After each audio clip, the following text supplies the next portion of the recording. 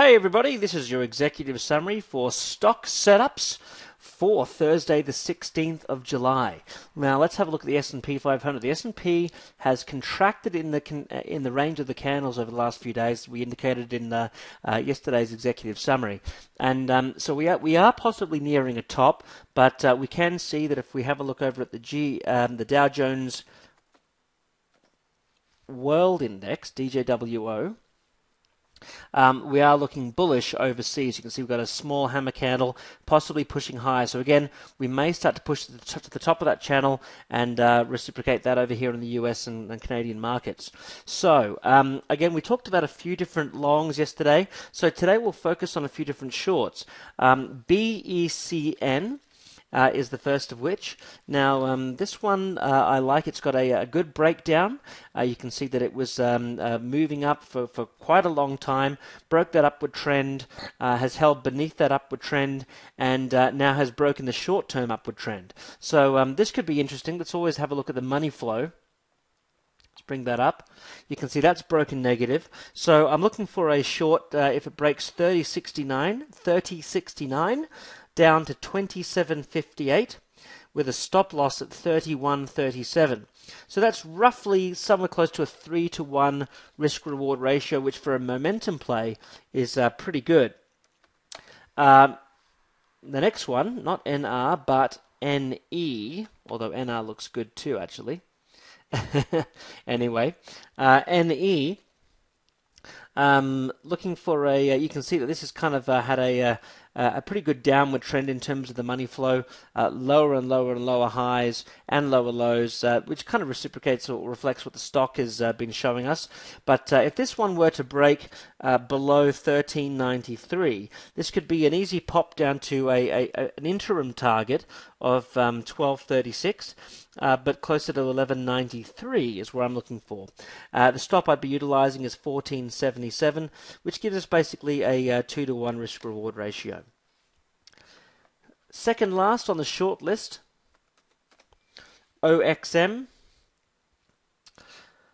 This is kind of looking at a breakdown play, looking at a break of 82.56. So the reason why we have a lot of these different possibilities is that only one or two may actually trigger. So while it might seem like a lot of possible trades, what we're looking for is ideal trades and to break the levels that we're looking for. So while we might have 5 different possibilities, only one or two may actually eventuate. So on this one, 82.56 is the break we're looking for, down to 74.93 as a target, and looking at 85.87 as a stop loss. So that's $6.60 roughly reward for $3.30 roughly a risk. So again, 2-to-1. Last is probably the one. Here we go. Yeah, RNET. So RNET, again, you can see similar types of things. Breakdown in the money flow. We're coming down to some key support that we're about to break in terms of the recent levels. And we may be concerned about that 25 area, but you can see it was pretty soft before. It didn't just like dramatically bounce off of it. It was very slow and elongated, giving us opportunities to lower the stop loss and protect the position once it gets down to there, because we're not worried about such a dramatic move. So on RNET, I'd be looking for a breakdown below 27.93, but I'd be looking for a target of at least 23.93, if not 21.13.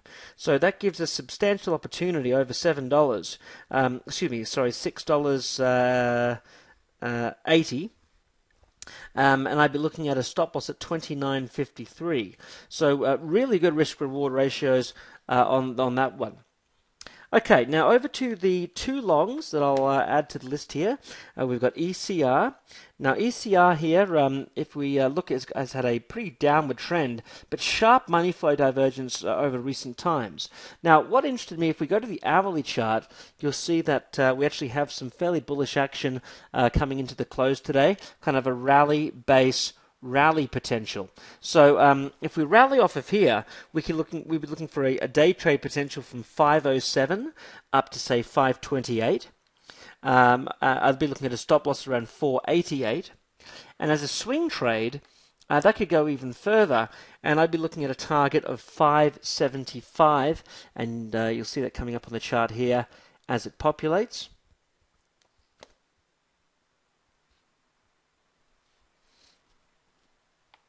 Okay, there you go. So that's kind of where we see, you can see that kind of shelf of support here, right around that $6 mark, support, support, support, support, and that's where the breakdown and rallied back up to that resistance all occurred. So I'd be looking at a target there of 575.